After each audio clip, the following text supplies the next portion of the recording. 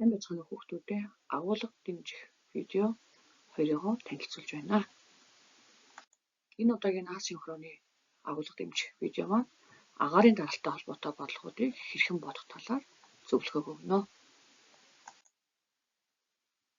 За, уулын бэлгийн болон оройн даралтын зөрүүг ашиглан гадаргын хацсангүй өндрийг бол тооцоолж болдог. За, ингэхдээ дараах томыг бол ашиглана. За, энэ нь ааш тэнцүү 16,000-ыг за үржих нь P1-ээс асах P2, хуваахан P1 дээр нэмэх нь P2, үржих нь 1 дээр нэмэх нь AT гэсний томыг үүдэг. За, P1 нь болохоор уулын бэлгийн даралт, P2 нь уулын оройн даралт байгаа. За, 1 гэдэг маань тогтмолтой байдаг. За, А нь болохоор хийн тэлэлтийн коэффициент буюу бас тогтмолтой 0,4 гэсэн тоо байна.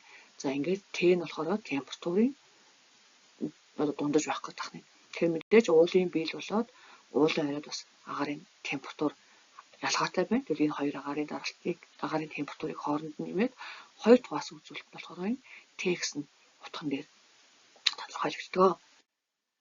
За, бүгдээрээ жишээ бодлого гэж үзье. За, ингээд нэг өндөр уул ойлыг цаасад уулын бэлгийн даралт нь болохоор P1 нь болохоор 840 мм мөнгө усны багна. P2 нь болохоор 810 мм мөнгө усны багна гэж бодлогод өгөгдсөн байгаа тийм. За, тэгээд уулын бэлгийн болоод уулын оройн температурд бас өгөгдсөн байна. За, энэ тохиолдолд бид нар тийм агаарын даралтын зөрүү болон температурын зөрүүг ашиглан хацсангүй өндрийг аж болох вэ гэсэн юм бодлогыг тайлбарлаж байгаа юм.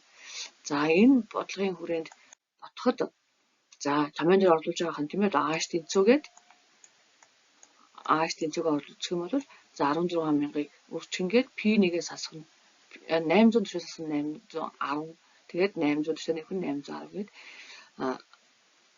ингэж үчин. За, тэгээд 1 дээр нэмэх нь 0,4-ийг үржих нь уулын бэл буюу оройн даралтын зөрүү температурын зөрүү нь 18.6 дээр нэмэх нь 11.4 тэгээд энэ хоёрыг хооронд нэмээд гарсан тоогонд 2 тоож байна гэсэн үг байна.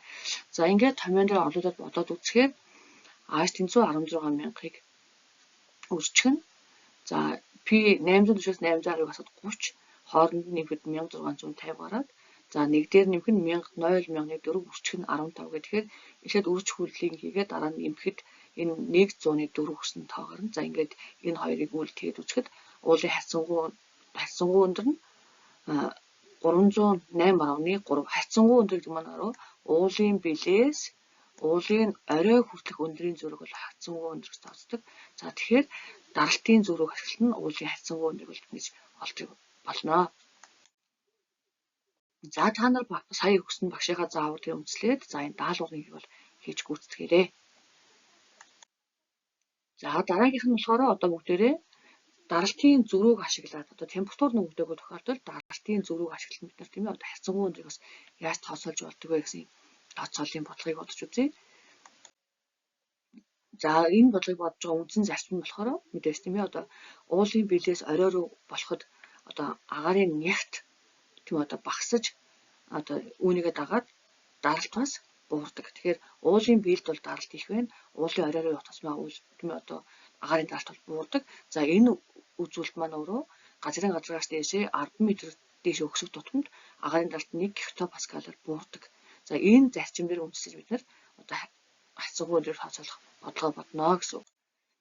За, өгсөн өгөгдөл нь болохоор уулын бэлд уулын оройд тийм даралт ямар хэсэг тооцож байна. За, уулын бэлд агаарын даралт 1005 гектопаскал, орой дээр нь 950 гектопаскал байжээ.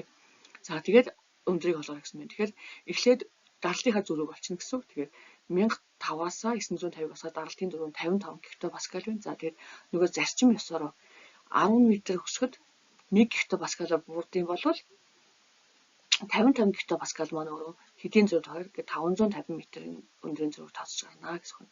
Ингээд ийм тийм тооцооллын үндэслээд бас тийм хацсангүй өндрийг бол тооцоолох боломжтой. За, та нар маань саяны багшийнхаа өгсөн өгөгдлөөр үндэслээд даалгавар 2-ыг хийж гүйцэтгээрэй.